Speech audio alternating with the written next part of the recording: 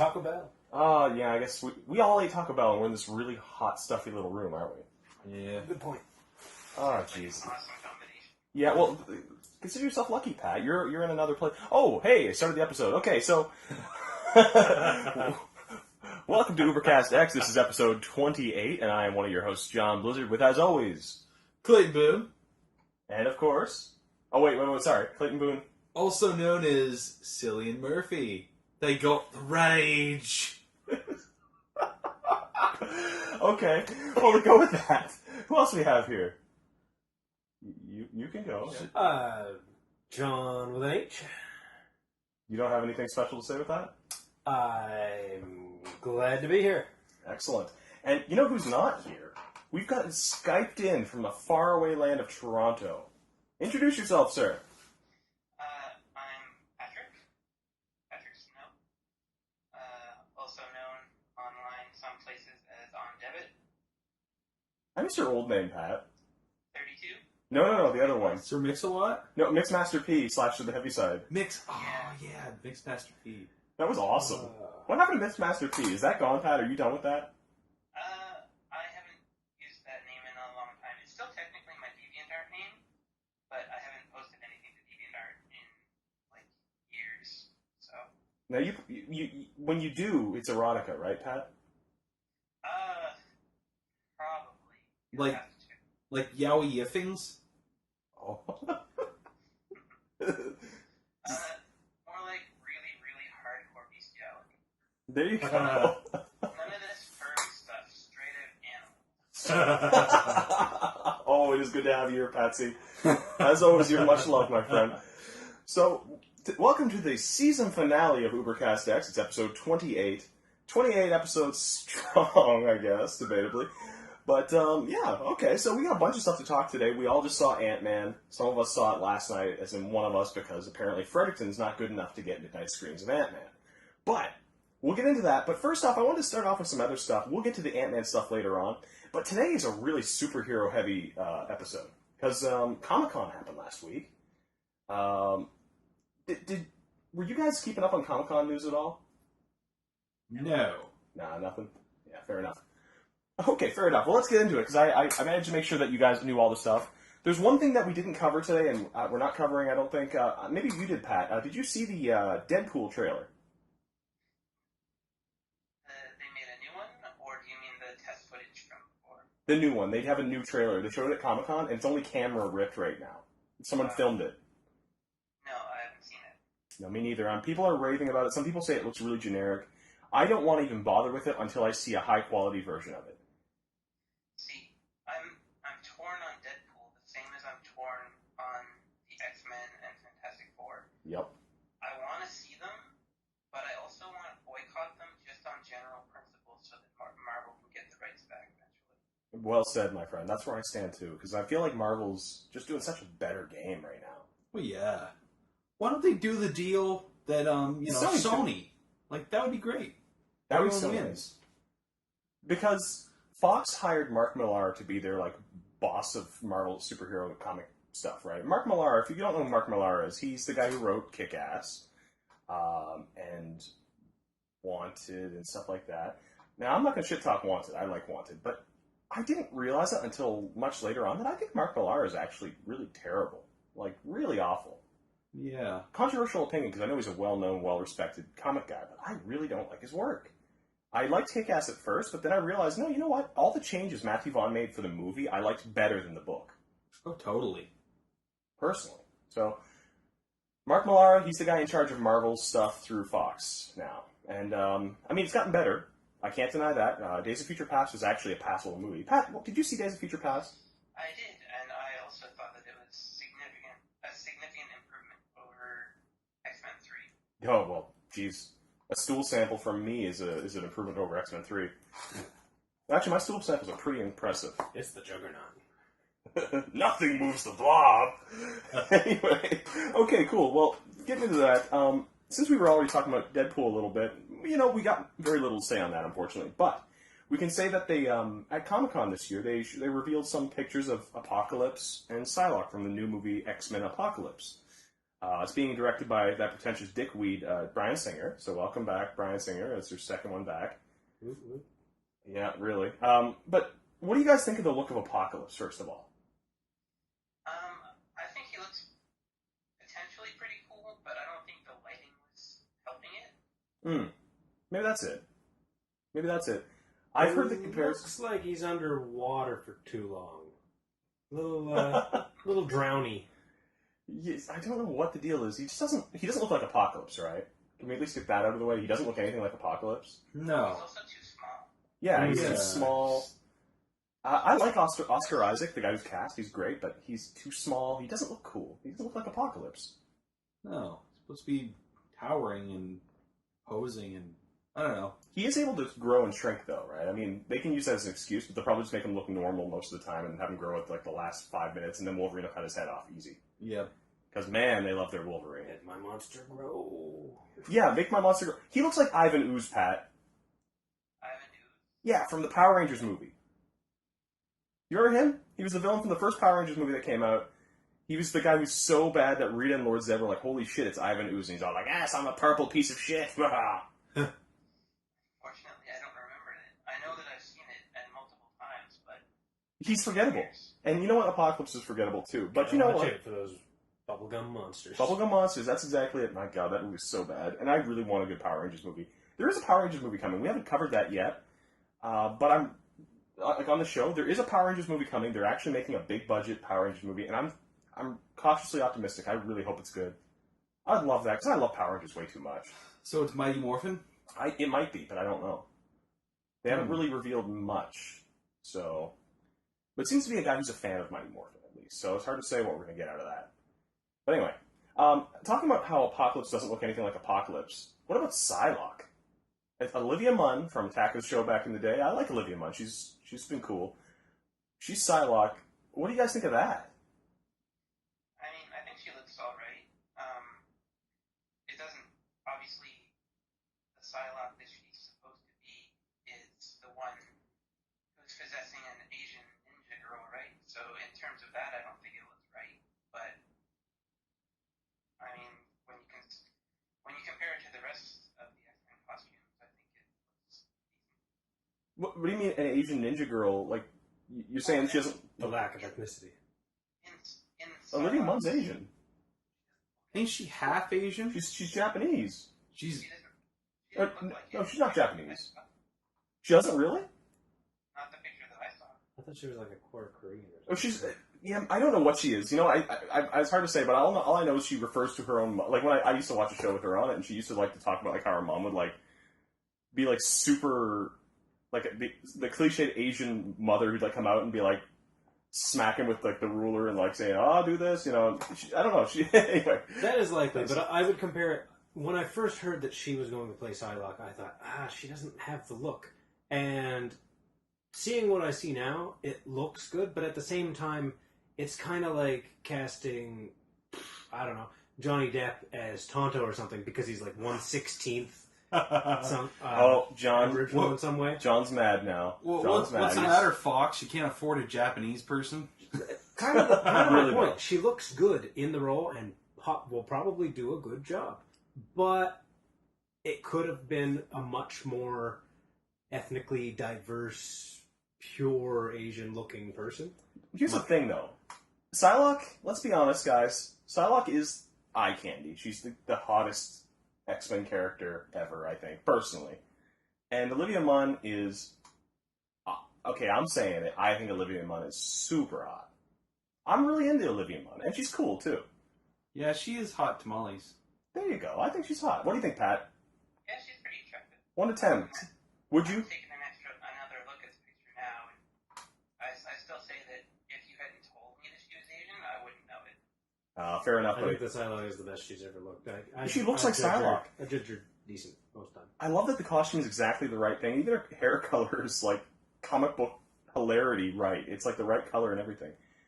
It's better than that Psylocke that we got in X-Men 3, who was there in the background a bit, never looked like Psylocke, and then dies out of nowhere. You guys remember that? Oh, yeah!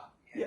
Forgot about that. Did she not even have that Psylocke's actual powers? No, of course she didn't. Man, does anybody in X-Men have X-Men powers, really? Like, everybody's fucked with. Nah, it was like Omega Red was in that movie, but he didn't even have a scene. What? Yeah, they cut his scene out. I was not aware of that. I like Omega Red. Oh, yeah, Omega they Red totally rules. ruined him. Like, it wasn't anything. It's just, I read about what he was doing, and I'm like, this is not Omega Red. He should be a big deal. I know, man. Yeah. That'd be awesome, right? Wouldn't it be so cool to see, like, Just, oh, look at the way Marvel's treating, like, we've seen Yellow Jacket, we've seen so many different characters, like, even smaller tier characters. I've seen Graviton, is it? Appear on Agents of S.H.I.E.L.D. I've seen all these characters show up. And Fox can't seem to get out of their own ass, and they're just so busy, like, Mag-fucking-Nito, oh. At least he's finally wearing a helmet that looks like Magneto's helmet, I guess. I don't know. I don't like Fox's movies. I really don't. You know what? Speaking of Fox's movies, though, Fantastic Four. The trailer played. What do you think, John? You looked like you were going to say something real important.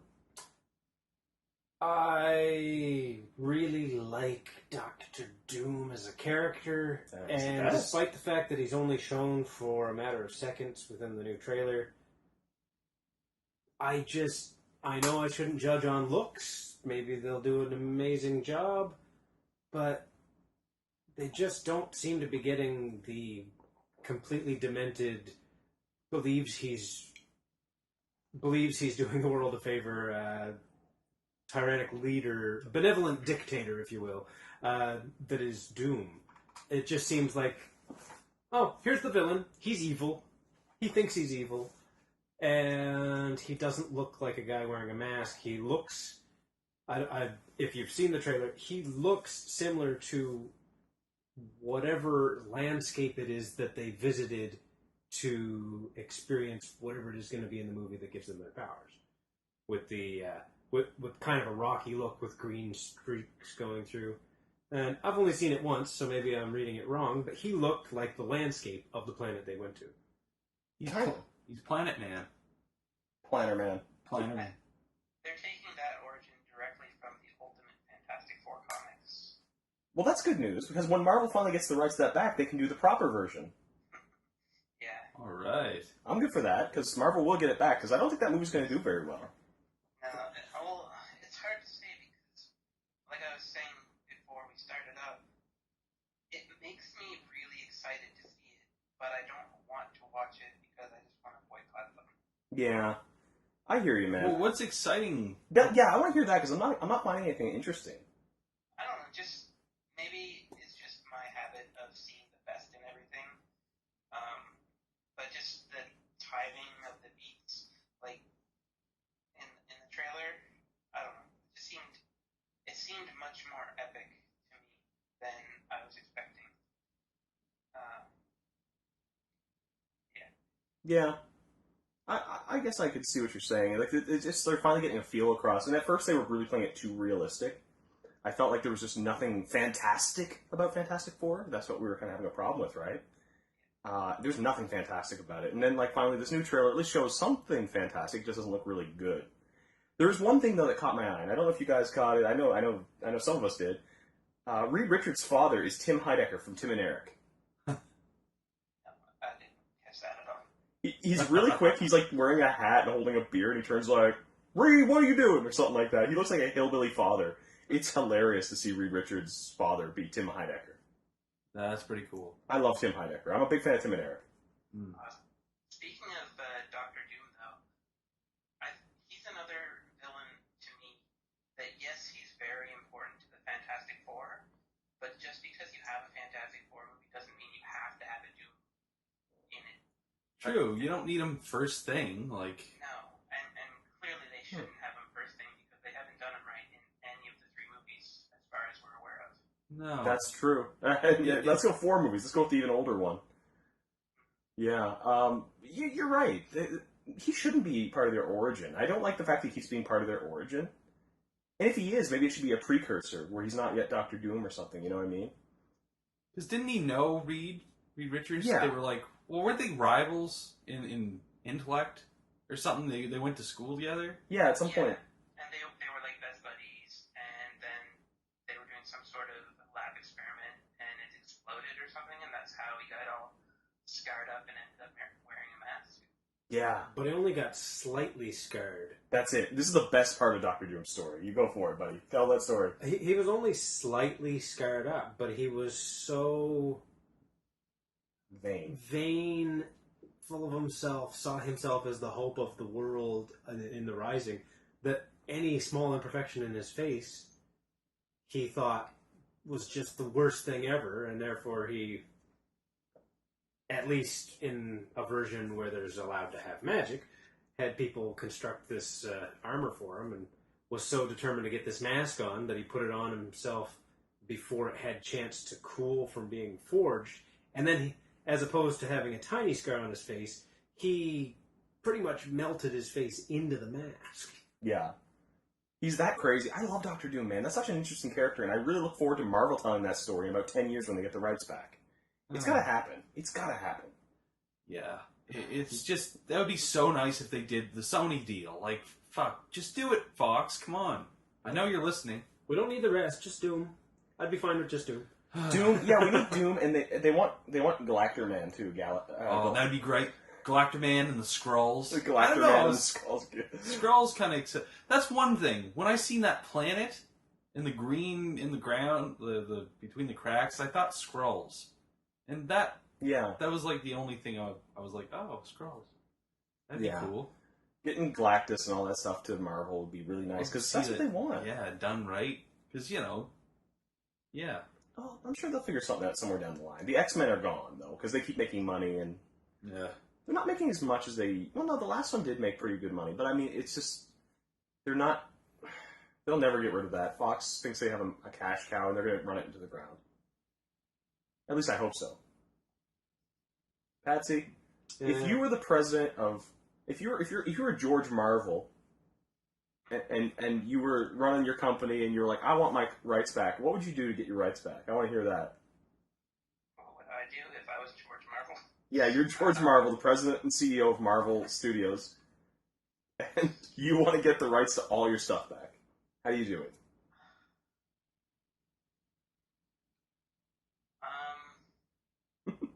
Besides what they did with the Fantastic Four, I can't think of anything that they could do. Like, Fox was doing a good job of wasting their own potential for a while. But then some idiot came along and was like, wait a minute, let's at least try to make these good. And so now I don't know. That's Mark Millar, man. That's it, yeah. They're trying to make them good, but they're doing a terrible job. You're right. That is one thing that frustrates me, though. Like I understand the concept of, selling the movie rights to something. Like, let's say if somebody came to us and was like, hey, we want to make a Meowington movie. And we were like, okay, awesome. We don't have the potential to make a movie. So it's okay if you guys want to do it. But then, like, in Marvel's position, like, they end up being able to do it. Like, it's their stuff. They created it. I think that they should be able to use whatever they want. I know, it's so twisted, right? Like, I can understand, like, them not being able to sell it to anybody else but the people who already bought it. But if they want to use it themselves... Wouldn't that make sense? I'm with you, man, because, like, it's the way the legal system's set up, right? Fox does own the movie rights, and they sold it. But to be fair, if Marvel didn't sell their movie rights back in the day to all these various properties, Marvel wouldn't exist today. That's true. They were going out of business, things were going really bad, and they had to make money somewhere, Now that they got Disney money, if they want to crush Fox, all you gotta do, buy out Hugh Jackman. Oh my god, they should.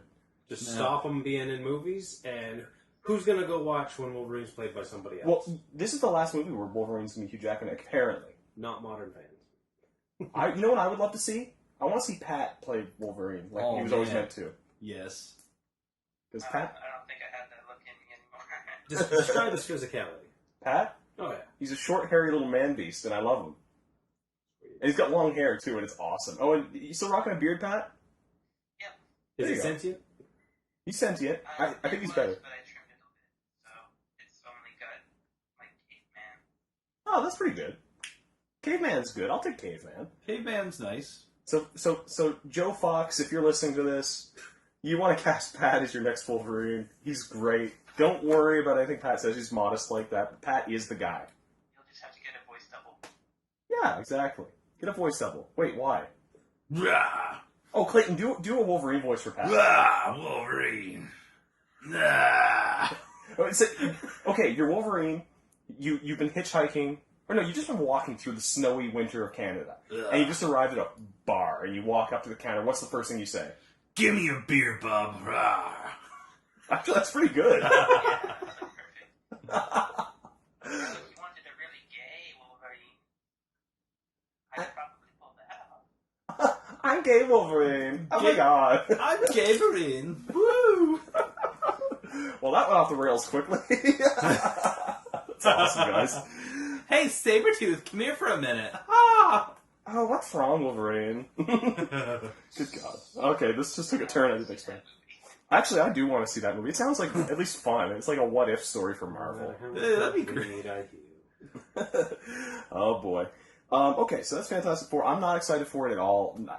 You couldn't pay me to go see it. I'm not going to see it in theaters anyway. I'll probably wait until it's on Netflix, and then If you'll notice, we've said nothing about the main cast because the trailer doesn't really... I'm sure maybe they'll do a good job, but the trailer does not showcase much at all. You're right. Despite it being quite long. They really don't care about the cast. And, I mean, the guy who's playing Reed Richards, he's the guy from Whiplash. If you guys have seen Whiplash, that movie rocks my balls. But he's a good actor, but I don't like him as Reed Richards at all. I think he's really poor casting. I like the girl who's playing Sue Storm. Poor casting, though, I feel. She's okay. She's probably the best one. I don't even know who Thing's played by because you don't really notice in the trailer. I noticed they didn't show him much at all. It's as if they don't want to show us the effects to make the thing. Yeah, like whenever they're having a little conference, he's not there. It was always a far away shot all the time too. It's like, no, show us the thing. And he's naked. Yeah. He doesn't wear little underwear. How's he pee? That's fucking sick. Does he eat? He seeps. Maybe he eats rocks. Gross. He loves Mrs. Grimm's home cooking. How's he gonna poop that shit out? Or how's he gonna pee it out? This is what I'm saying. Mama Grimm's home cooking. Mama Grimm's home cooking. Mama Grimm. No, this doesn't make sense. Yeah. So that's pissing me off. He's got some sort of ultra metabolism, so that every time he eats, it just creates more dense rock inside him, so he'll get bigger and bigger and bigger. That would be weird. And here's another question: is he gonna have? You've seen this new thing. We've seen what he looks like. How is he gonna have sex with a blind woman?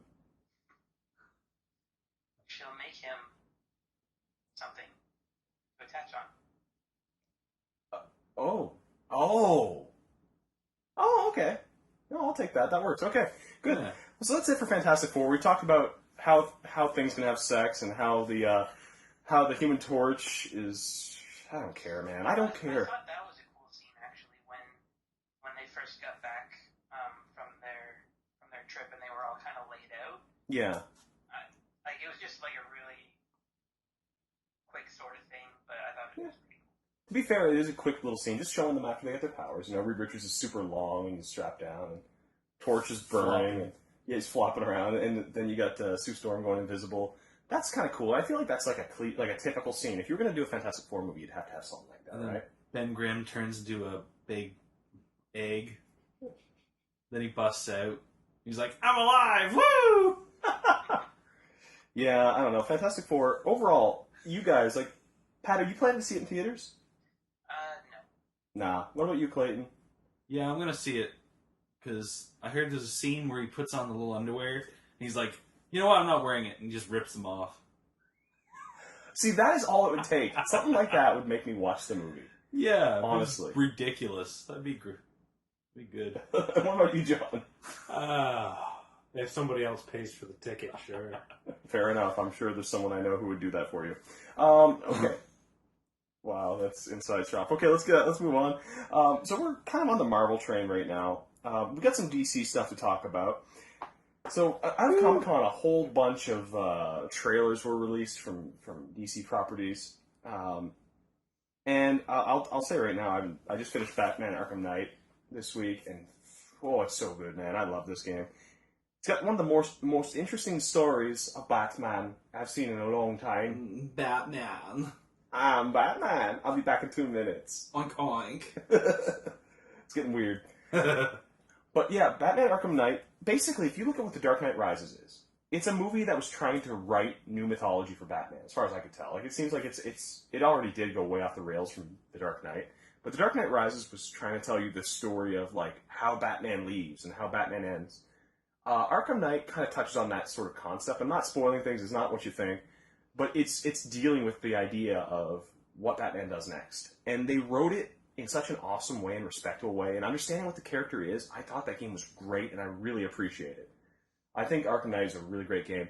And the only complaints I've seen are people saying that it's not based in reality enough. In which case, he's a guy who dresses up as a bat and flies over a city. And you can go fist fuck yourself.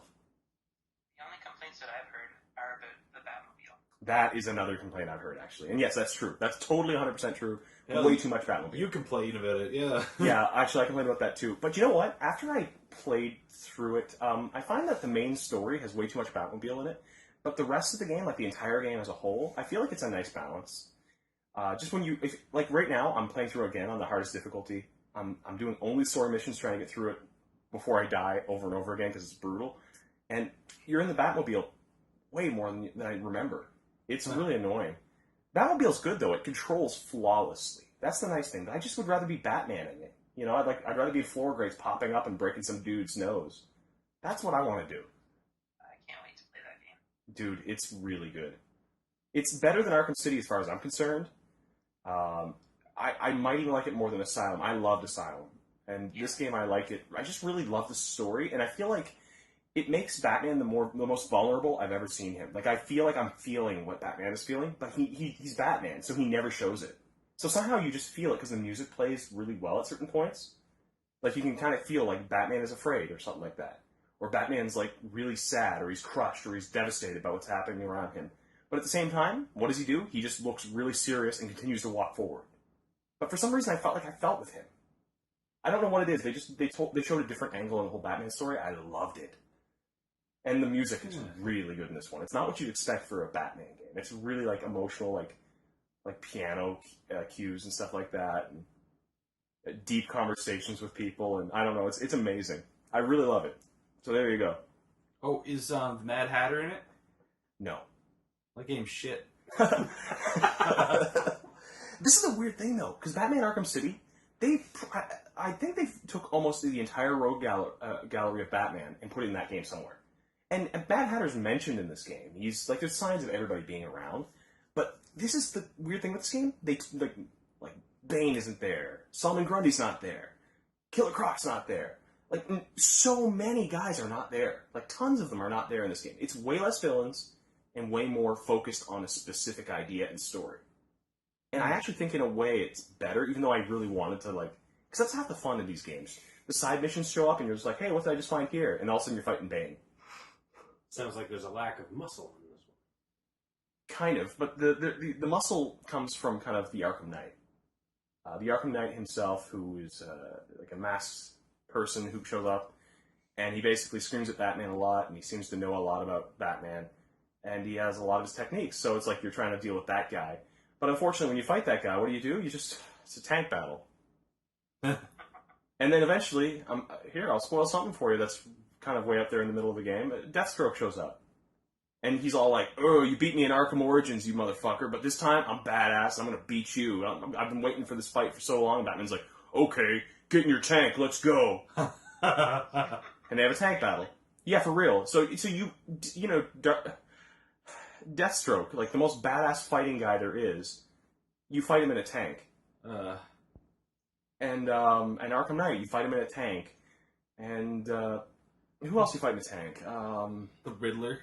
Doesn't he, like... No, the Riddler you actually get a boss fight with. Riddler is the only character in the game I think you get a real legit boss fight with. Whoa. Oh, and there's villains I didn't know, too. There's a guy named Pig. Do you ever heard of Professor Pig? Oh, I've heard that. He's awesome. He's like an opera-singing, like, surgeon who wears a pig mask. He's terrifying. Yeah, that sounds really insane. Yes, and he's perfect for a Batman game. Yeah. There's just so many characters hidden throughout this game that I enjoyed it, but none of them are, like, it's not the big dogs. You're not fighting, like, these insane, like, how the hell is Batman going to beat these guys kind of thing. You're fighting, like, really tough to beat things where you're like, Batman's really going to have to figure his shit out to take care of this one. Like, Scarecrow gets him over a barrel really bad, but in a different way. Like, it's not the way you would expect it. And that's why I thought Batman Arkham Knight was really good. I'm trying not to spoil things. I know I've mentioned some people who are in there somewhere, but don't worry about that. There's other people, too. I'm not getting into that. But what the big thing is, Batman really has to deal with his shit in this game. This is, like, the most Batman has to deal with. And I feel like the storyline itself, it reveals itself very quickly, is just, like, such a neat idea. And when the way it reveals itself, like, in an amazingly dramatic scene, pretty early on, you're just like, holy shit, this is cool. I wonder where they're going to go with this. And where they go, for me, did not disappoint. One thing I will say, though, there's an ending you get for doing 100% of the game. So basically, I did that because I'm a fucking idiot. Finding 243 Riddler trophies and stuff like that. It's when you do that, you get a very specific ending. Man, I wish everyone would see it, but I know nobody's going to want to get 243 Riddler trophies. But that ending is beautiful. When I actually play it, I definitely will. I've gotten all the Riddler trophies in all the other games. Well, that's good, man. Because it's not as bad as usual. What's going on there? Han Solo? But yeah. But the Riddler trophies aren't as bad as they were in Arkham City. Like, in Arkham City, I hated them. Some of them were like, they were like augmented reality, like, dive through this and fly through this thing. And I thought they were really annoying. In this game, they're a lot more fun, I would say. They're thoughtful, but they're more fun. Some of them are just, like, pointless, like, find a thing here or whatever. But they're not that bad. I enjoyed it. So anyway, moving on. We're talking about Batman. Let's talk about something that has Batman in it. And I'm not talking about a thing where he punches Superman in the face. Suicide Squad. The trailer came out. It has an official release trailer, I guess. We've all seen it now, huh? So what do you guys think of the Suicide Squad trailer? I think it looks a lot better than I thought it was going to. Although it still seems kind of meh. Oh my god, Pat, are you serious? You're not, like, creaming your jeans like everyone else in the world is? No. Wow, that's actually really weird. You're so positive. Well, I mean, there's still things that I see in it. Yeah. Like, one of my big things beforehand was they showed that still picture of Deadshot's mask, like, months ago. Yeah. And I didn't like it because it looked all bulbous and stupid. Yes. But it looks a lot better In the trailer. movie. I'm with you, actually. You know the scene where he's, like, rappelling down the side of a building? Yeah. I bet you that's the one scene in the movie where he wears the mask. Because, you gotta show off Will Smith's face. But aside from that, I'm with you. It did look good in motion. I was surprised because in the picture it looked really awful. It looked like a baseball on his head. Yeah, it did not look good. Yeah, well, fair enough, man. So, Suicide Squad shows off a bunch of stuff. I mean, Killer Croc is there, first of all. Yeah. He looks better than he does in the picture, but he still doesn't really work for me yet. Well, to me also, it seems like the team is too big. Kind of right, aren't you? I don't know who half these characters are. I agree with that. And I, like, live in comic book land, it seems. Like, I really love this stuff, and I'm so glad to see this stuff coming out. And I really don't know at least half these characters. I mean, maybe I do, but I don't recognize them. Those are probably the ones who are actual members of the Suicide Squad. Well, I know the Suicide Squad a bit, but I don't recognize them. Maybe that's the thing. Maybe they all look different. Like Harley. When you first see Harley, I was like, oh, I wonder who this is. Like, is this another girl? And no, it was Harley, and I'm like, Well, I think I called it earlier. As near as I can tell, it to anybody who's ever played No More Heroes, it's Bad Girl. It's just some crazy girl with pigtails with a baseball bat. You're right, though. She's nothing. She doesn't look like Harley at all. It's a shame. She's well cast and everything. I'm sure she could be Harley, but she's not being Harley. no, she's not acting like it either. And I can't figure out the tattoo thing. I'm going back there. We have an episode already entitled Tattooed Piece of Shit that has like 200 views for some freaking reason. But really, the Joker and Harley look like tattooed pieces of shit. And you know what sucks? After they revealed that picture a long time back with Joker covered in tattoos And a grill. and a grill, the director said, that's not what he's going to look like. That was just a tribute picture, guys. That's a tribute. This is not what's going to be in the movie. He fucking straight up 100% lied to us. The trailer's come out now. That's what he looks like. He's got a big dumb grill. He's got fucking J tattooed on his head. The face. Just in case he forgets his fucking name, the nitwit. And for some reason, I bet you, we didn't see it in the trailer because they're trying to crop out the top of his head. I'm telling you, right now, if he has damage written across his forehead, I am going to cut my own dick off. Actually, one thing that I've read is that there's a fan theory that the Joker that's in the Suicide Squad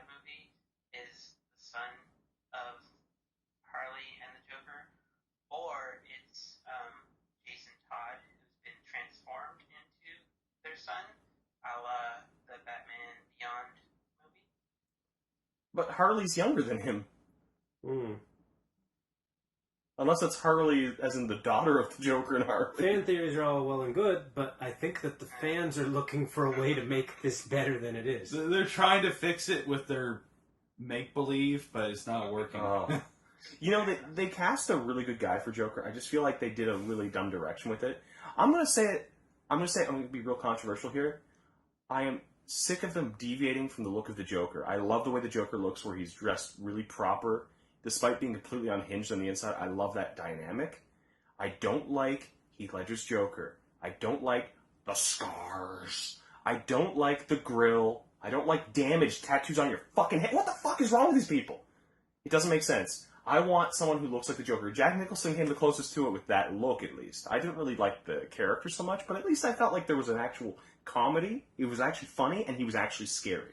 Yeah, he was acting like the Joker. Like, he made his Joker gas, the Joker fish. Yeah. He had a Prince concert, a parade. And the cosmetics. Yeah. You know, it kind of sounds so crazy that it is kind of Joker-esque. I mean, obviously the best one we're getting ever will probably be Mark Hamill's Joker.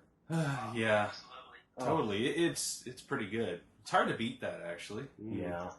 It really is. Well, did the Joker ever get his face back?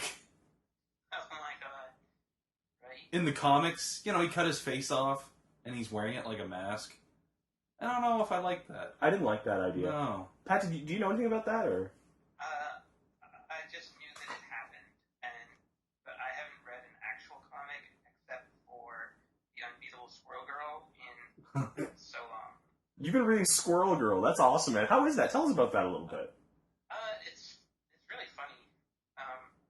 And it's too bad that she's technically a mutant, because that means that she probably belongs to Fox. Fuck. See, I've been hearing about this character, and people are really a big fan of Squirrel Girl. That's awesome, man. Well, it's just one of those things, like, you hear the Unbeatable Squirrel Girl, and you just think, oh man, that can't be anything except ridiculous. And it is, but it's awesome. That's great, man, though. There's a place for that. There's totally a place for that. Man, Plastic Man was another favorite of yours, too, right? Plastic Man. He's so cool.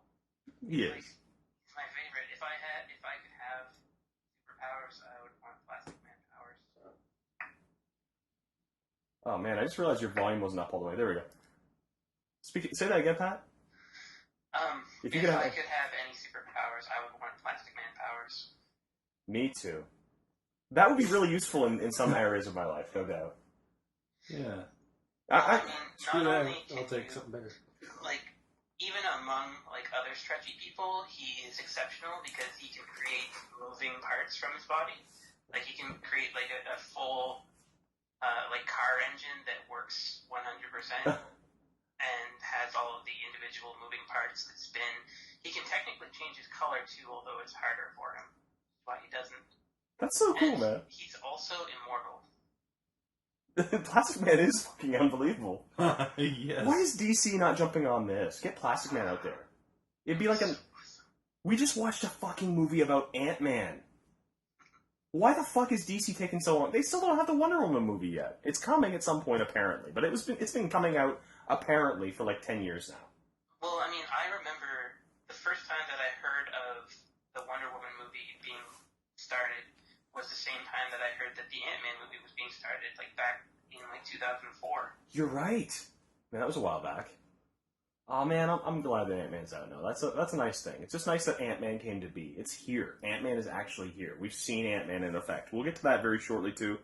Suicide Squad, not really buying into the Joker. John, did you have some things to say about Joker? Actually, earlier we were having this really in-depth conversation about heroes and their villains, and I just find with this Joker, for one, and to all the Uber class who are fans above other fans, I do have to say, I'm almost scared of the Suicide Squad conversations going on online, because people are so vicious about their beloved Joker. And yeah, the Heath Ledger. Everyone's like, oh, it can't be Heath. Not even that. Dude, Heath has never beaten what was out there before. Just the before. Joker in general. I find, okay, there have been 4 Arkham games. Yeah, that one crushes it. He's always in there. I just think that people have this mindset where anything DC/Batman must have Joker. To which I think you've got a whole world to represent. Now, obviously, I think Joker's in this purely just to introduce him before we have a solo Batman movie. But I guess what I'm saying is I'm kind of sick of it always being about the Joker. I know he's supposed to be Batman's best villain, but he's not his only villain. Batman has one of them. I agree, absolutely. And it's the same thing I was saying about Doom, and it's the same thing I say about Lex Luthor. Oh, Lex Luthor. Yeah. Same thing there. But our conversation earlier was in regard to this notion that people have that the villain must always be the complete polar opposite of the hero. And despite the fact that is really good at times, I find that, actually, I think Clayton agreed with me on this one. Some of the better villains out there are people who are almost exactly like the hero, with just a mild change of ideals. Like Magneto. Kind of, yeah. Magneto and Professor X are a really good dynamic. Yeah. Because they're even friends. They're kind of actually... Like, Magneto's kind of a decent guy. He just really believes this one thing. Yeah. Well, yeah, they both want exactly the same thing. It's just Magneto doesn't believe that they can do it peacefully. Yeah. Like an extremist approach. Kind of like also kind of similar as Batman and Lex Luthor. They're like the pinnacle of human just perfection, but they're both so like different. Yeah. Different views, I suppose. I'm a big fan of that one. Now, I don't know if you guys caught it in the trailer, by the way. This was actually from the Batman vs. Superman trailer, now that I think of it. I thought it was in Suicide Squad because we were talking about the Joker. But did you guys catch the Robin costume? No. I did not. It's just flat out a Robin costume with spray paint all over it. It says something like, "The joke's on you." Oh, I did see this. I didn't know what the fuck it was, though. But that's Yes, the thing. I saw that, but I didn't recognize it as the Robin costume. It's straight up like Tim Drake Robin costume, but it's all black. Why is he holding a microphone stand? It does look like a microphone stand, doesn't it? Is it a railing? I think it's a railing, but it looks like a Robin costume to me. It looks like it's got the collar and everything. I'm not sure if it is. Maybe I'm wrong. But I wonder if that's the Jason Todd, like if they're gonna actually have that in there somewhere, in the Batman vs Superman movie. Anyway, that was just something that caught my eye, and I just felt like talking about it because it was just really weird. Oh, one thing I was thinking of was when Bruce Wayne's like in the city and it starts getting blasted to pieces. Yeah. I wonder if that's during the first movie. Yes, I think that's it. Like he was okay. I'm almost certain that is during Man like- of Steel. I was thinking like, who would he be fighting new that he had to use his eye beams and do that? Yeah, I think that's what that was. Okay. Yeah, for that part anyway. And they even show like let's see, we moved into Batman vs Superman right now, but we even show like a brief scene in Batman vs Superman, like in the trailer, where like they have Zod's like dead body in a bag and everything, and like Yeah. it's interesting. I wonder what's up. I wonder what's up with that. But Maybe that's how they're gonna make like Namor and. I mean, not Namor. no, Aquaman. Are you think they're gonna go that way? I don't know. There was an idea like, early on. it seems like all the heroes, the superpowered heroes, are all going to be Kryptonians. That was a legend. That was a rumor a while back. Remember, I told you that a very long time ago. Yeah. Before we even started the show, I think. And if not, maybe like the first episode of the show or something. But the rumor was that they were all going to be Kryptonian. Even Wonder Woman, they're all Kryptonian. Which is just like, go fuck yourselves if that's the case. Yeah. No, do not dare do that. That's fucking disgusting. What do you think, Pat? You gonna? Yeah, I would be very upset. Like, I can see it working, like, within the mythos, in a way, like, because there's so many, basically all of the different elements that were on Krypton became different types of kryptonite, so if they embedded themselves in different people, it could power them differently. But I don't want that. No, me neither. I really don't. I think that a nice hint towards them not taking that route, other than it being rather ridiculous, is that Wonder Woman does appear in this. And fight alongside Batman. I would think that them taking away Zod's body, or just the head, or I forget which it was, if it's, let's say, maybe Star Labs or something, Perhaps that's going to lead to something down the road in another movie, such as maybe Bizarro or Doomsday, something like that, yeah. Or maybe Superboy. even possibly a Superboy or an Eradicator. Oh, that'd be cool. If they took Zod's DNA, mixed it with Luthor, and made... Oh, fuck, I hate their Luthor. Let's get into that. Yeah. Okay, Jesse Eisenberg, I was... right away, I was furious when they cast this guy. But now that I've seen some of his performance, he's fucking worse than I expected. I think Jesse Eisenberg is probably the actor I hate the most in all of Hollywood. I think he's the worst actor out there right now making a living. I think he's terrible, and I'm not saying... I was saying this before he got cast. What do you really think? Well, overall, I think he's perfect. No, he's so bad. I'm not joking when I say that. I feel like if anybody credits Jesse Eisenberg as being a good actor at all, I point to Michael Cera and say, he's doing it better, and I like him. I actually like him. It's not like I hate him as a person, like I do with Jesse Eisenberg. If he's a bad... if Michael Cera's a dick, I dislike him for all the right reasons, I find. But Jesse Eisenberg, it's just like... It's like being in wrestling, You're trying to make someone look like a bad guy, and what do you do to make them a bad guy? Fuck it, we don't bother getting a bad guy. Let's just bring in Kim Kardashian and say she's a bad guy. Because everyone hates her because she's a piece of shit. That's all Jesse Eisenberg is. He's a piece of shit. You hear about this whole thing? He was at Comic-Con. He said something about how Comic-Con was a lot like watching a genocide. And then everyone got really fucking pissed off. And he was like, it's an alliteration. It's like, you don't even know what that means, you fuckwit. And why is Lex Luthor wearing wigs again? I just think he completely throws off the entire tone of the rest of the trailer. But Pat. Definitely. Everything else seems to be trying to cater to fans, and then you see Jesse Eisenberg as Lex Luthor. You mean Jesse Eisenberg, the guy who said, no, I didn't read any of the comics at all. I'm not interested in any of that. I read the script and I went with it. You mean that Jesse Eisenberg? You mean the red capes are coming? The red capes are coming! Jesse Eisenberg? Yeah, fuck that guy. They really have to stop making movies, at least comic movies, with people who...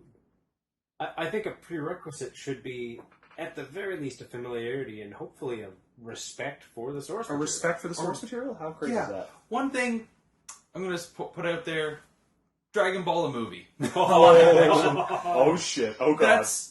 It's not good, but the guy who played Piccolo, he really gave a fuck. He tried his fucking best. He was the best part. He actually tried, and I like that actor. He's been in some James Marsden things. or no, Spike Masters or James Marsters something like that. Yeah, but Spike from Buffy and Angel, he is not only is he the best part of both of those shows, but he was the best part of that movie. I love that guy. I didn't watch much of Smallville. But whatever season it is I did watch was the one where he was playing Brainiac, and I thought he did a really good job in that. That's cool, yeah. He would be cool. Yeah. I like him. It was kind of a black goo reforming T-1000 kind of Brainiac, but still, for Smallville, everybody was a bit different, and it worked. Hey, fair enough. I believe it. Hey, Pat, did you watch Smallville? I saw the first season. Oh, right on. Did you like the theme song? Did you find the theme song got you in the mood for Supermaning?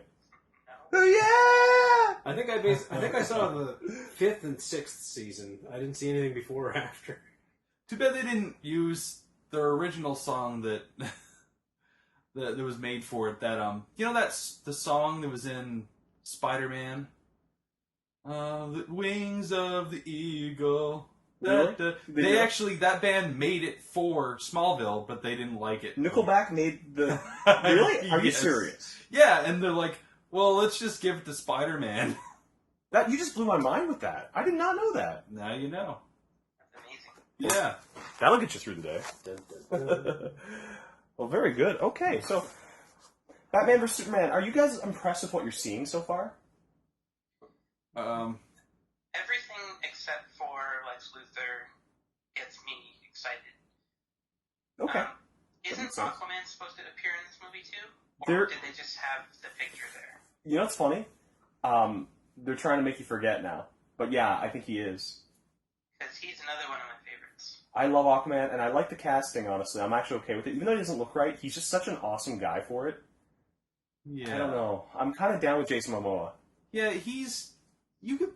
give him any character and he'll just take it and make it awesome. I think so.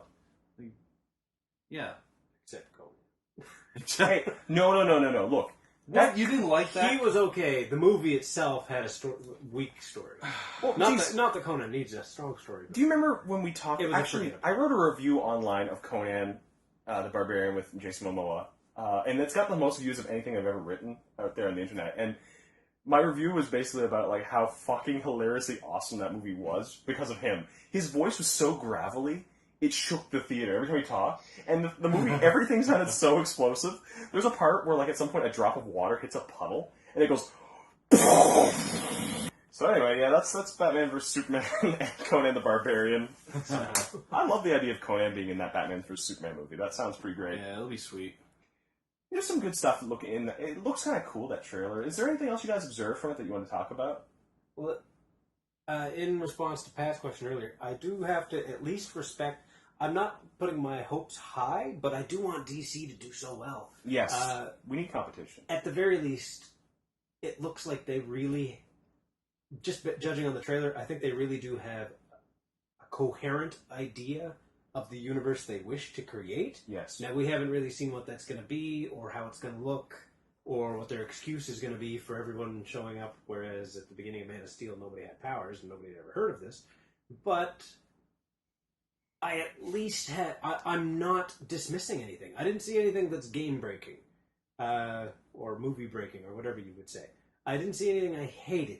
I just haven't been wowed. Yeah, I'm with you. Yeah, I'll go with that. Well, you know, Man of Steel, another thing I'm liking about this trailer is it's kind of showing a dynamic. Like, Man of Steel, when it first came out, everyone hated on it. Everyone hates that movie so much because Superman destroys so much shit, right? And he doesn't save people's lives.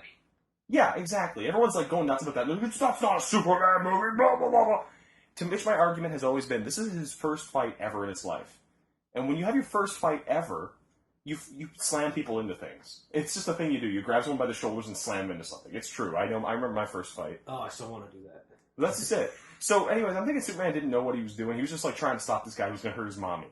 You know what I mean? And he slammed through buildings and buildings and buildings. And yeah, I'll admit, like there's like a certain recklessness to it. I think at this point, like when that was done, I was like, this is awesome because it's going to bring in an awesome Lex Luthor, and we're going to learn about basically.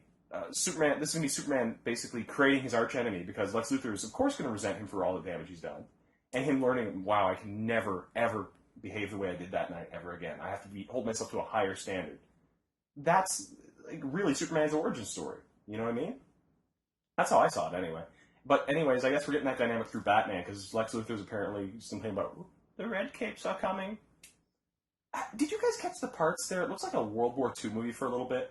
There was a bunch of guys dressed with Superman logos on their shoulders, and then Batman's like wearing like World War II like Batman. Oh costume. yeah, when he was, it looked like he was in Afghanistan. Yeah, what the fuck is that? That's with Superman logos and guns. I think he's being worshipped around the world or something along those lines. I wonder if that's the case. Maybe I would wonder how much time. I think this is going to be kind of a during Man of Steel, 6 months later, and it might be a few years later that this movie takes place, because it can't possibly be too soon after for them to be like even the first trailer starts with a statue of him already having been made, and then graffiti. yeah, big ass statue. Okay, you know what just happened? This is the weirdest thing ever. Something just happened. There's so many questions. I'm actually kind of excited to see it now. Yeah, to see how it all plays out. Well, if it's set a few years later, it also gives a good excuse as to how the world isn't going to just suddenly have 1 million people with superpowers, because in Man of Steel, that's the only thing that threw me off, is it's established to be, oh, this is a world where we have rich people, but no one can do any of this stuff. That's true. Whereas we're to believe it's a world where Wonder Woman exists already, just not in the public eye. Yeah, totally. Definitely.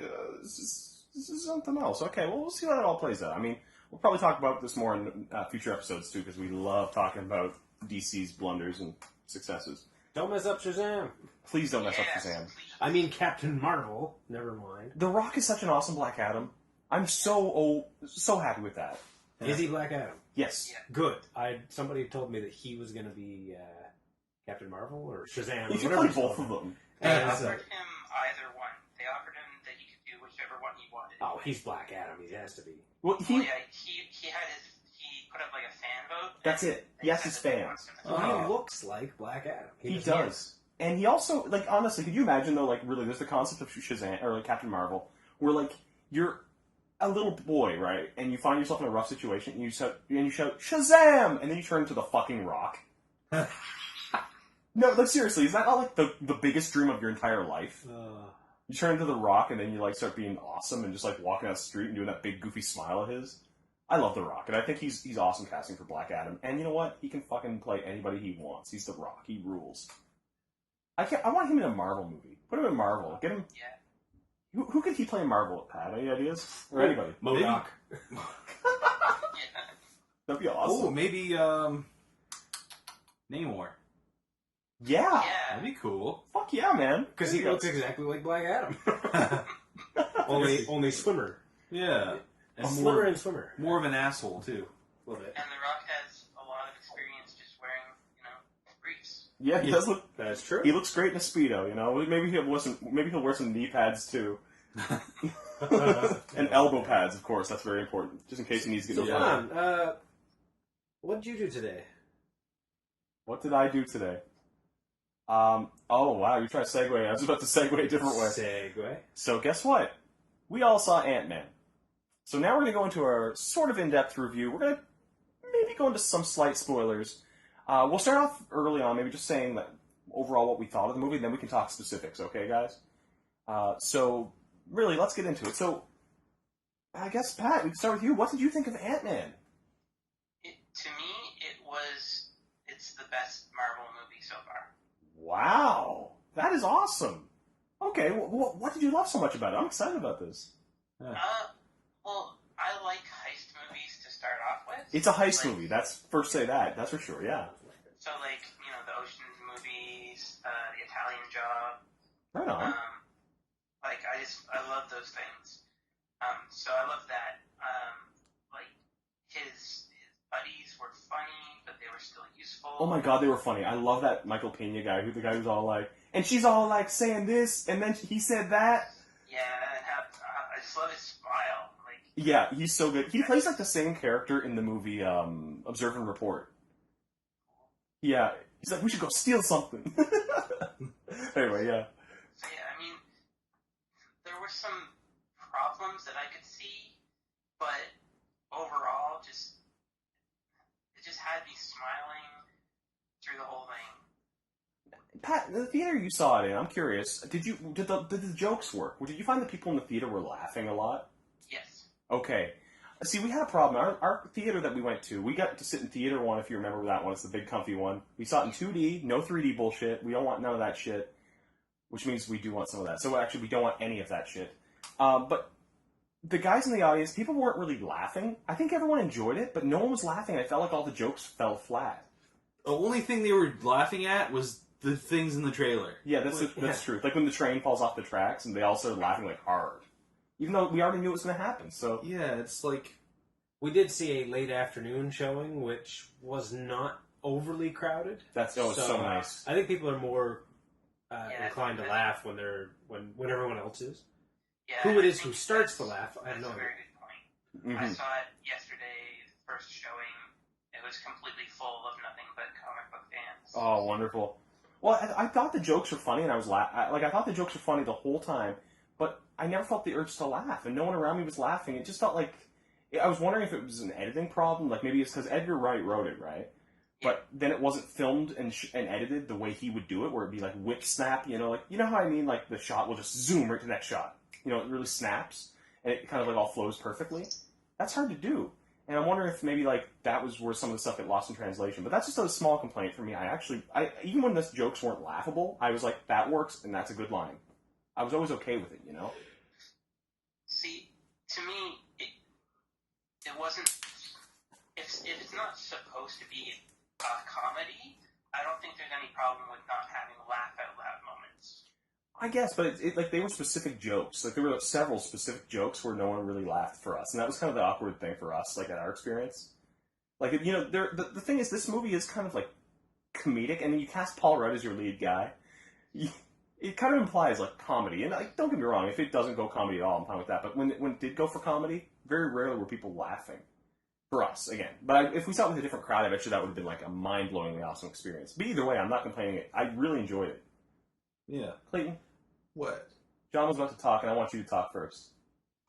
Admittedly, we saw it with a crowd that they seemed to just be there to see the movie. Anyone who's been to any Marvel movie in the last 6 or 7 years knows that there's going to be some kind of stinger midway or at the end of the credits. They all left except for a few. Half the crowd left.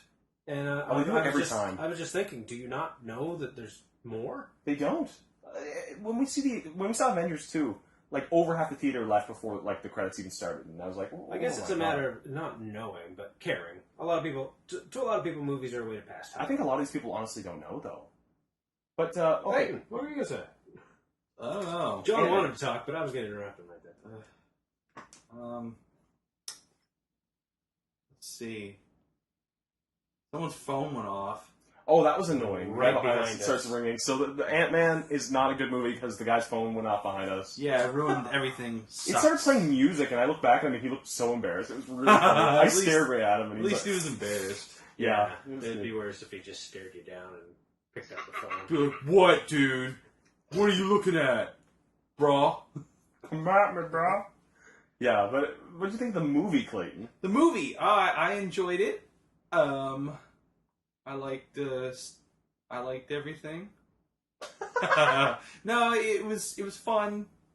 It was fun. Yeah, it's fair enough.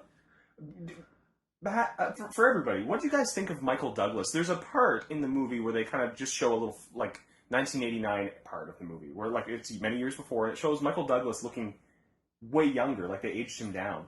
What did you think of that? Did you think that looked good? Yeah. I had no qualms with it. I thought it was flawless, and I was like looking at me too. looking for a problem. And Nick is like, I thought it was just terrible, and I couldn't look. I just couldn't get over it. And then she said, when we got home, she said Michael Douglas is a terrible actor. He ruined the movie in a lot of ways. Seriously? I'm surprised too, because I thought he was good. I liked him. I'm actually really so Marry fan. her now. Yeah. Yeah, marriage is off. I think that's probably due anyway. Yeah. Everyone is entitled to their opinion. She just happens to have one that none of us agree with. I thought he was really good, and then when he looked younger, he looked younger. It was weird. I was trying so hard to find like a problem with it because like when they did it with Patrick Stewart in one of the in X-Men 3, I think I was impressed, or maybe it was X-Men Origins Wolverine. But there's a part where you see like a younger version. Yeah, X-Men 3. And I looked at the younger version of Patrick Stewart, and I was like, wow, they did a pretty good job with this. If you look, there's a little flaws, but I thought it was pretty good. But this time I was looking for the flaws, and I wasn't finding them. Well, this is a whole decade later. It's true. I didn't even notice. I was like, was he young? Is he a young guy that is made to look older? But then I thought back, I was like, okay, this is that guy, so yeah, he is old. Yeah, he's actually quite old. I guess I fell into the movie magic. I didn't consider it at all. I just watched the movie. Stuff, man. Yeah. Which is weird, because usually I would pick on that stuff. So, John, what do you think? Tell me about the movie. What do you think of it? Well, I'll admit that when I first saw the previews, I was a little confused as to why they would... At the time, all I knew was that they seemingly were going to skip over Hank Pym as Ant-Man. Yes, that bothered me too. And I thought, well, Hank Pym he's a beautiful segue to get an interesting character and a female Avenger into the fold. Yeah, that's true. With Janet Wasp, his wife. Janet Van Dyne. I knew it was Van something. And I was just thinking, why are they skipping over this to the new guy, who, admittedly, I knew nothing about. All I knew was Hank Pym. And I didn't realize that the original Ant-Man would be such a essential part of the film. And I do have to say, I like what they did. If I think about it, I'm perfectly fine with the casting. Yeah. I really liked the pace. I love that what Marvel's doing really well right now, particularly recently, none of their films feel exactly the same as whatever was around them. It's true. This is a heist movie. Captain America: The Winter Soldier was an espionage movie. And let me just say something about that real quick. At the very, very end of the credits, there's a little bumper for Captain America: Winter Soldier, or Captain America: Civil War, right? And it's like maybe like 30 seconds long. the feel of that was so different than what we just watched. Mm. It felt like the espionage movie. Yeah, totally. It was like just so obvious. I find that really cool. What you're saying is exactly right, and like even in this movie, it showed you that. Well, they're very good at giving each of the different properties have a different tone, and they're very good at keeping that consistent. Oh, they really are. Even when they have to mix people. Yeah. They're just doing a good job, because on the other hand, they might have just had, like the early 2000s, almost everything was feeling a little the same in around the time. Once you see the fourth or fifth time that somebody's got somebody's wife, girlfriend, significant other as a hostage for the last fight, it's been done. Yeah. Whereas in this one, it just had a really good pace and feel, and the more that I really think about it here, talking about it, with the exception of maybe a really quick costume change at one point. Yeah, that was and silly. One or two flaws in character development, and maybe the villain could have been a bit stronger. I think that's the weak point. That's usually the Marvel problem, too. Otherwise, I don't have much to say about it. Kind of like Whiplash. He was a very... I don't know. He had potential. Yes. But it was squandered. Whiplash did more in the first half of the movie, though. In Iron Man 2, Whiplash's story is done in the first half of the movie. Then at the end, they're like, well, boss fight then. He started seemingly cool. Yeah, because he had a goal, he completed his goal, and then it's like, okay, now what? Well, you get a suit, you fight, and you die really stupidly with crappy effects. With a fucking high five. Oh, the repulsor high five. In this one, I think they needed a villain, but as we've mentioned, it was primarily a heist movie. So it almost seems as if the last 20 minutes is just a complete change of tone. Because everything up until then, if you replace the ability to shrink with being a really good lockpick specialist, or being really good at parkour, or something like that, it could have been any other get into the very important place to steal the very important thing kind of movie. That just happens to have a relatively decent boss fight, comic style, thrown in at the end. Yes. And I do like the fight, the villain fight and all that. I felt like my problem with the villain was that he was just like basically he got his like he's doing that like mastermind pose all the time, being like, I'm so evil. Right from the very first time you see him. Yeah, and that's the thing that's what doesn't make very much sense. Like, he's super evil from the moment you see him, and then they're like, oh, if you use this technology without the special helmet, you'll go crazy. He's already... He hadn't used it yet. Yeah, he hadn't used it yet, but that was their excuse for why he went crazy. Yeah, it didn't... So I don't get it. That was like a major plot point that I did not understand. I'd love for someone to clarify that for me. Well, maybe he did use it after he... Maybe, but he was already being evil before he got to testing, right? True, yeah, and that's what I'm saying. I guess, I don't know. He was already, like, willing to just flat out murder people before he, like... Yeah, and kill animals. I think they said that at one point just to try to confuse him. All I saw from his villainous intentions were something that can be really interesting but wasn't done well in this case, which is just the trying to prove yourself to a father figure. But they hinted on it, but they didn't really go for it. No, and then he went like... And in that one scene... Sorry to interrupt. In that one scene where they mention the particles are messing with your head, I think it was just her quick thinking to get him to question himself. Okay. Maybe. See, there's my only flaw, and I actually think that's a pretty major flaw, but it doesn't ruin the movie in any way. I still think you should go out there and see Ant-Man ASAP. It's a great movie. But I feel like the villain in this makes no fucking sense at all. And Pat... How did he get that suit on so damn fast? Well, you see, and then you hear me running off. The door slammed. Yeah, because it was a fucking like hero click, and then he's wearing it. Wasn't it though? It was a little hero click. It really was. It was a hero click, sitting in a briefcase, and then like and like sneezes, looks up, and he's wearing it.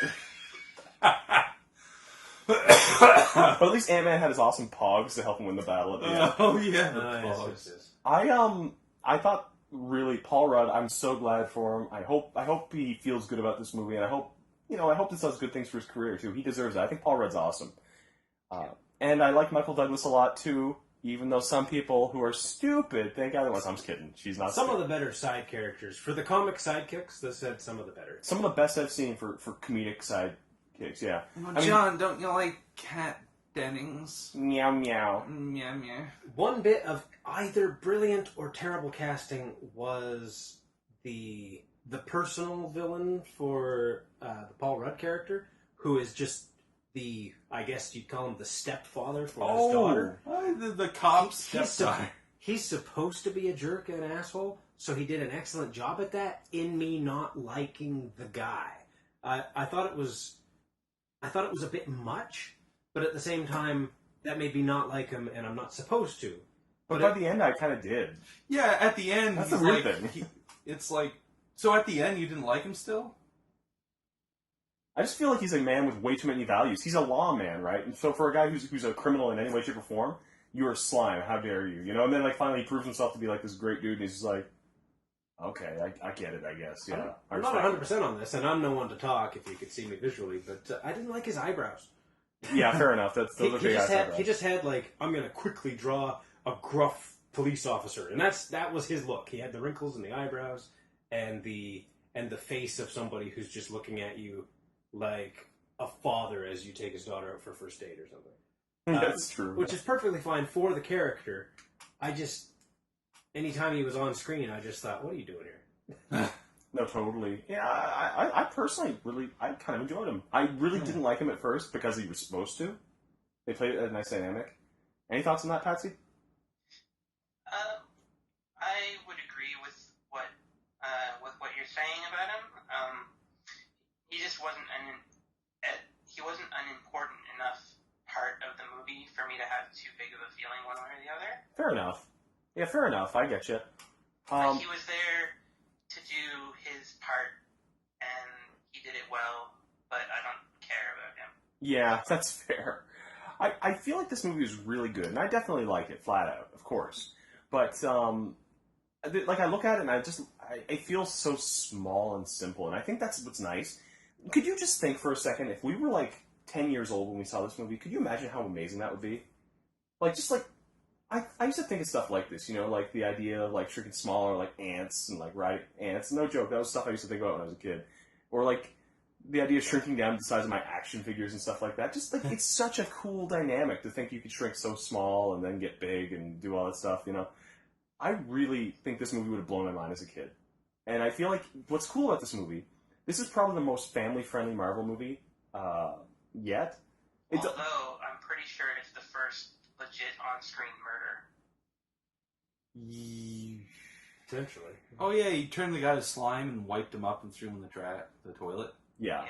That's I'm trying to think. They also throw the word shit around a lot. I know. Well, there was a lot of killing in all the movies. Yeah, like, I mean, look at Captain America.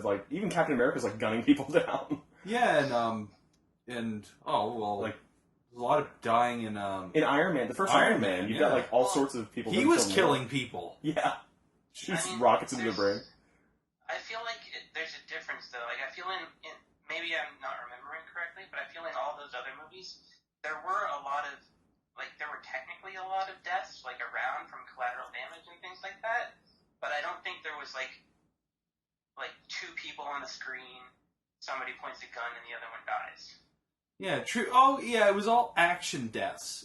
This was kind of like... Yinsen, though. Kind of. Who? Well, Yinsen, the guy who helps Iron Man build a suit. I mean, not exactly, I guess. I think I know what Pat means. Like, an actual, like, cold-blooded murder, not during combat. Yeah. Okay. Like, Yinsen died fighting. Everyone died fighting except this one. Yeah, you're right. It was like... Yeah, this one is just like, the guy had no idea it was coming. Yeah, cold-blooded I guess, like, an unsuspecting murder. I suppose you're right, because he was so fucking evil. Yeah. He was, like, unrealistically evil, and that's the problem I have. But you know what this. no one's going to forget? What's that? Even though I forgot it, but I have no emotion. The reaction we heard from most of the audience that was biggest? The lamb. Oh my god, I was laughing so hard during that. Yeah. That lamb, and like they get like a close-up of this dumb lamb face, and it's all like, it's like being the cutest thing ever. And I just started laughing uncontrollably, knowing full well what we were about to see. Oh my god, it was perfect. That was great. That was a really good gag. That was so Edgar Wright. I think like it's very clear Edgar Wright wrote this thing. One thing that the Uber class might want to check out, I haven't seen this since before Christmas, so forgive me if I get the title wrong. There's an actual video somewhere online, I'm not sure if it's Dailymotion or some other site, but it's essentially Edgar Wright's take on filming comedy, or the art of filming comedy with Edgar Wright, or something along those lines. And they use some of his movies as examples as to compare them to other movies as a way to visually tell your jokes. I found it very interesting when I watched it a while ago. I'll probably watch it when I get home after this. I'll check it out. Yeah. And should I have the title wrong, I've got it bookmarked, so I'll give old Johnny B here a link to it. Well, there you go. What's that have to do with Ant-Man? Yeah, John, get the fuck out of this podcast. It has to do with the end sequence where who's the I think Latino guy who's telling the Michael story? Pena. Those sequences are the most Edgar Wright of the whole. You can tell he wrote it exactly the way it ended up kind of coming out. That was very by the way, are we in spoilers mode now? Okay, let's go spoilers. It's fine. We can do that. We already talked about murder and sheep.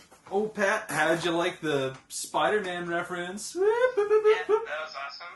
You know, it was just really subtle, but it was there and it was fun. Yep. So excited! I was so excited about that one scene with the old Wasp, and then at the end of the movie, yes, the new Wasp costume. Yes, making reference to Wasp, and it kind of looked like Wasp. They still got the helmet, but I'm sure they'll figure something out to make it look more Wasp. I'm wondering how they're going to explain the wings and why Ant-Man wouldn't give himself the ability to fly. Really, though, I've always wondered that. Maybe you have to. Maybe it's a weight limit thing. Maybe it's just he's just a little bit too heavy to fly. It's possible. Could be. Now, John, I know that you're a big fan of this particular character. Yes. What did you think of the surprise fight scene halfway through the movie? Halfway through the movie, they bring in another Marvel character, and I am a huge fan of this character. I think Falcon is the best things that happened to Marvel in Phase 2. He's so good. Like, I didn't expect I knew I'd like Falcon. I was like, hey, I like Falcon. Because even growing up, I liked some Captain America comics, and I had some weird... I had, like, a Marvel fanfare about him, and I thought it was so cool. But... oh my god, that was such a good fight. It was such a fun little thing, and just seeing, like, Ant-Man, like, it just kind of proves that Ant-Man is, like, actually capable. He's actually functional. And it also didn't make him look weak. It made it look like, oh my god, like, how the hell did he beat this guy? And then the way he ends up kind of beating him was like, alright, that actually makes sense. It made sense, yeah. I thought that was really a good scene, a good dynamic, and I just loved, like, it was like they were setting it up for us. It was like a little thing they kept hidden away. You got Ant-Man coming in, down to this, like, building, and all of a sudden you, like, look at the wall, and it says, like, Avengers headquarters, basically. And he's like, you fucker, this is not a warehouse. Yeah, and you're just like, and he's like, it's okay, I'll just keep on going. And you're just like, oh my god, what's going to happen here? It was, like, such a great idea, just to do a little crossover there. And they did, they brought in Falcon, and I think he's just, like, the best person you can bring around anyway. Oh, totally. He's such an awesome character. So there you go. I think Ant-Man was great. I think you should go out and see it. I've still got to figure it out. I got to like sleep on it and think of where I rank it among the Marvel movies. And I think I'll do somewhere down the line here. I'm going to do a top 13, or is it 12? Yeah, top 12 Marvel movies, and just try and put them in order. Ooh. Best to worst, you know. I will say one thing that I noted as we were on our way out of the theater.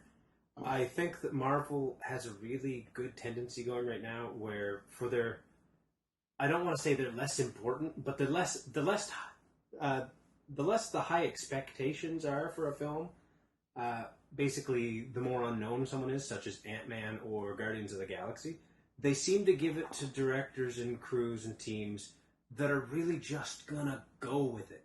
And it's good to see a movie that isn't betting on, we gotta get that high first weekend gross or something, but they know that this movie's going to get a good reputation. It's getting compliments from everyone in this room, and you know, from a business point of view, they're going to make their money back based on word of mouth.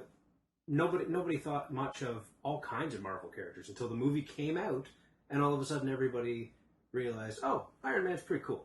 Oh, Captain America can be cool. Things like this, because Ant-Man, I don't think, is a property that a whole lot of people expected much out of. And as Pat said, it's yeah, I would agree. It's probably one of the stronger, I wouldn't even say the stronger, it's one of the more comfortable and just at ease with its own self Marvel films. I'm with you, man. That's a good way of putting it, for sure. All right, gents. Ant-Man, any final thoughts? It's good. Go watch it. I wonder if they'll bring up Giant Man at any point in the near future. They know what we want to see, Pat. We will see Giant. We'll see Giant Man. They're saving it up for some cool little. It'll be one of those big surprises. It'll probably be a climax moment in like Avengers, like Infinity, or maybe even Civil War. You know, but he'll show up at some point. He'll just get really huge, and everyone's gonna be like, it's gonna be like the spectacle moment. I can't wait. Now that you've said that, I'm getting like this like excited, tingly feeling all through my body. Like, yes, that would be so cool. They're like in a losing moment, and then Hank Pym comes over the radio, and he's like, "I didn't want to tell you about this, but there's a third button." It's right between your legs, Pat. And then they reach right between Pat's legs and touch him right in the dong, and then he gets huge. And then Ant-Man gets huge too. Oh boy. Okay, sorry. Yeah. See, that's one of those jokes that fell flat, just like in our theater. My last note that I'll say is, as good as Marvel is doing, I grew up as a DC guy. Come on, DC. Just make movies. They don't have to be The Dark Knight every time. Just plug them out. I don't want a Dark Knight movie ever again. I'm so sick of that movie. Get good directors. Pay them what they want. Don't throw $250 million at every film. Make a ton of good ones for half that. Ant-Man has apparently $130 million budget. $130 million. And, like, I mean, these days they've been going for well over $200 million for each of their movies. Ant-Man went down like $70 million. And it does not show. It's fine. It works. Movie. Yeah. It's not like it has a small budget by any stretch, but it has like a smaller budget than what they've been doing. And I'm good with that, man. Sometimes that's what you gotta do. Take the chances. Make the movies about people that aren't really well known. Hey, Black Panther, we're looking forward to you. And, oh my god, Captain Marvel. Hell yeah. Oh, yeah. God, Phase 3 is blowing my nuts off. I can't freaking wait. What's the next movie coming? Captain America Civil War. Oh, man. That's a big one. April, I think? I believe so. And what's after that, Pat? Do you remember? Doctor Strange. Fuck yeah. Even though it's got Benedict Cumberbuns. Huh. I don't know. Cumberdoodle. That's it. Also, that was pretty good. Yeah, Cumberdoodle. But yeah, you know, I'm looking forward to that too. I like seeing Marvel Universe expanding. You know, like Definitely. It seems like that's what they're doing every year. They're doing like another like movie that you've already like seen the characters before, and then the other movie is a brand new character right now. Yeah, less known dudes. That's it. And some years they're gonna have 3 movies, and I'm so good for that, man. I get so excited. Like I was at the gym with Tim this morning, and I was just like, you know, I was just doing some major curls. You know, I was just doing like a pump, you know, feel the pump, and I looked at Tim and I said, "Man, we're about to see another Marvel movie. That's exciting." Because it's a big deal for me, you know. It's only happened, if you think about it, it's only happened 12 times in my life now. Yeah. When a new Marvel movie comes. So there you go. So this has been the supersized season finale. That's it. It is our season finale. I'd just like to take a second to thank Pat for being on the show. Yes. Hey, thanks for having me, buddy. Always glad to have you here, Pat. Why don't you promote your stuff a little bit? Tell us what you did. Before John slams the laptop on you, why don't you tell us where we can find some of your great work? Okay, so I am one half of Surprisingly Geeky. My partner and common law wife Holly was unable to make the show today, but we do YouTube videos. We've been kind of silent on it. I recently. know. Anything to announce? Because I've been watching. We looked for it the other day. Well, we're kind of trying. We're gonna try to not rebrand, but I'm gonna try to do some more solo streaming on it. Oh, okay. So, I'm gonna try to play. One of my favorite games is League of Legends. I'm terrible at it, but I'm gonna try to stream some of that. It's a great idea. To get a capture card so that we can start streaming Splatoon. Nice. So that's coming up soon. Amazon had a deal yesterday on capture cards. Really? Yeah. Oh, it's too bad I got paid today. Well, anyway, we'll figure that out. I got one. Maybe I can lend you one. We'll figure it out. But anyway, cool. But if you want to check out stuff right now, check out meowington.com. That's Holly's webcomic, which I've been coloring for her for the last few months. It's looking good. So those come out usually on Monday. this week was a bit late, so it's actually going up either today or early tomorrow. Which is Friday. Yes. Timeless. Good stuff. Well, very good, Pat. We love you. We're glad to have you on the show always. John, you have anything you want to promote? To anyone who's listened this far, I thank you for the attention. The UberCast team appreciates your efforts, time, and ears. What wonderful ears. And comment below on anything that you might like to see me punch. Yes, okay. Seriously, though, if you made it this far, comment below if you want to see John punch something. We'll be making videos about John punching things. I don't know what the hell. This is his idea, and I'm just going to go with it. Fuck it. Fuck it. John will punch things, okay? God damn it. Like, what do you think? Can I have the first comment? Oh, please. I want to see you punch a marshmallow. We will punch a marshmallow in the first episode of John Punches. John Punches. What kind? Like a little tiny one, or a medium sized, or Yeah. one of those big jumbo ones that they have now? I'll take a whole bag on. I'll leave it up to the artist's discretion. Okay, man. we'll figure it out. God. We're So winging good. this one. Very good. And Clayton, what do you think? Anything you want to talk about before we go on to the next little part of our podcast? The new Joker is trying too hard. Wow, that's you know who else is trying hard though? Trying way too hard. Who? Steven. See, Steven's been going on and on lately. He keeps telling me, he's like, Lord of the Rings, John, Lord of the Rings, Lord of the Rings. I'll tell you something, Steven. Lord of the Rings is shit. I can't take Lord of the Rings seriously. I don't care what anybody says. Lord of the Rings suck a man dick today. So you know what, Steven? Hi, John. Heard you were bad-mouthing Lord of the Rings. Yeah, I say it's a piece of shit. Well, what do you think of this? Is this a piece of shit? Whoa, hey now. John. Oh my god. What the hell are you doing? Oh! Holy shit. One ring to rule them all there, urinal cake. What the hell? Breathing. Oh, he's bleeding. Oh, what the? He's gone. John! Go into the light. Oh my god. Put pressure or less pressure or something, I don't know. Oh my god. This will not get you through the day. What do I do, Pat? He's not breathing. Tune in 2 weeks' time for Season 2 of UberCast X.